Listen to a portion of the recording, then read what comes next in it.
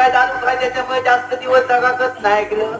जगाक नाही म्हणजे काय झाला, एक दिवशी झोपलो तर माका काय वाटला, होतीच झोप. ह्याका निजेची सवय कसली होती, एका डोळ्याची होती झोप.